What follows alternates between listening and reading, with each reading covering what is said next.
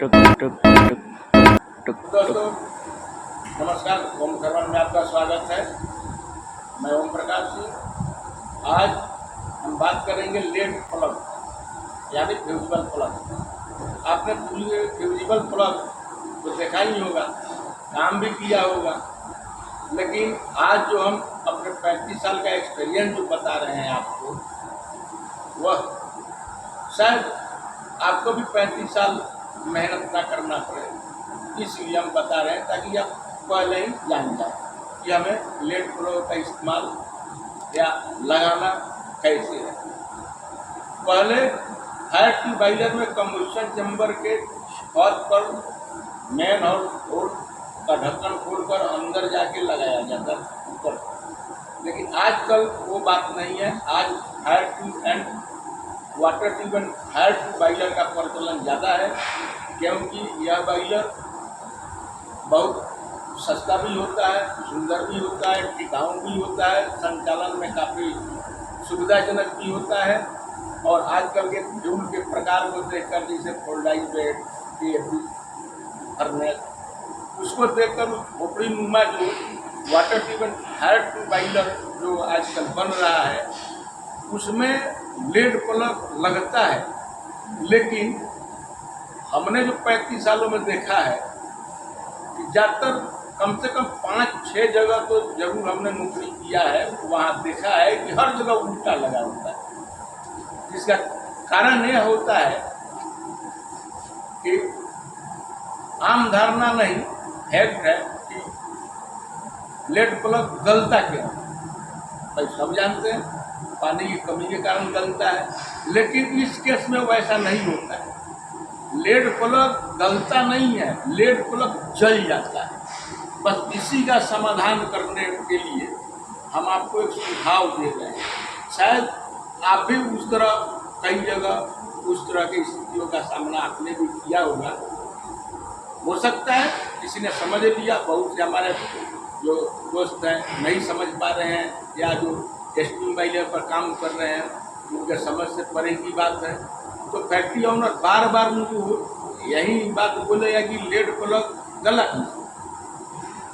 तो एक ही उत्तर होता है कि भाई पानी का कमी है, या एस्केल वगैरह लेड प्लग के ऊपर आ गया है, ओवर हीटिंग के चलते का। लेकिन ऐसा बात नहीं होता है। यहाँ जो केस है वो लेड प्लग को गलने से नहीं है, लेड प्लग जल जा रहा है, और जल के फिर लीकेज हो गया, पानी गिरने लगा, फिर आपके ऊपर ऑब्जेक्शन लाया कि आपने पानी का ध्यान नहीं दिया, जिसके चलते लेड प्लग लगा। दोस्तों इसी बात को हम बताएंगे कि आखिर लेड प्लग कैसे फिट किया जाए कि लेड प्लग जले नहीं। अगर वैसे स्थिति आए तो गले, और पानी न रहने की दशा में ही गले। ये नहीं कि आपने पानी मेंटेन करके रखा, सब कुछ आपका ठीक रहा, फिर भी लेड प्लग जल गया।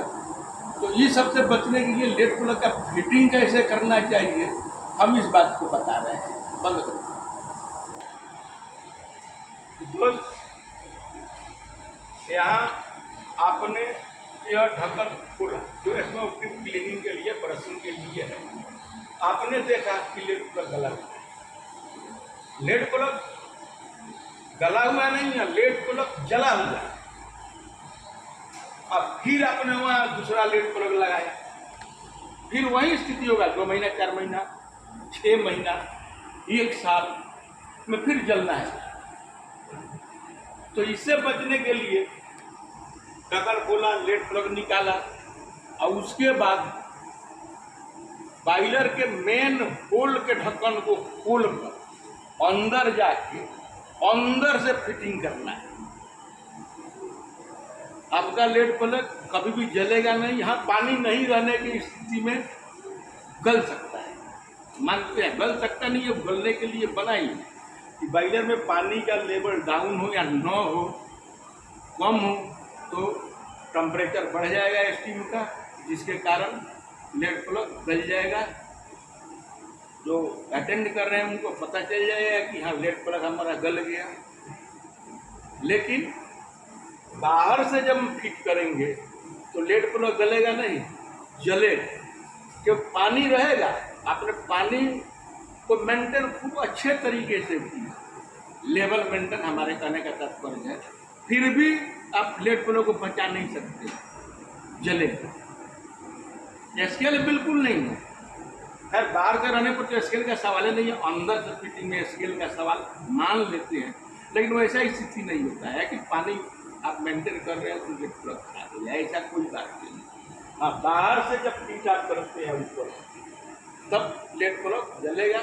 इससे बचने के लिए हमेशा अगर आप देखेंगे कि बाहर से इस तरह के बॉयलर में अगर बाहर से लेड फ्लो फिट किया हुआ है तो गलत है। आप उसको खोलिए, मेन होल का ढक्कन खोलिए, अंदर जाइए, अंदर से फिट कीजिए, लेड प्लग कभी नहीं जले।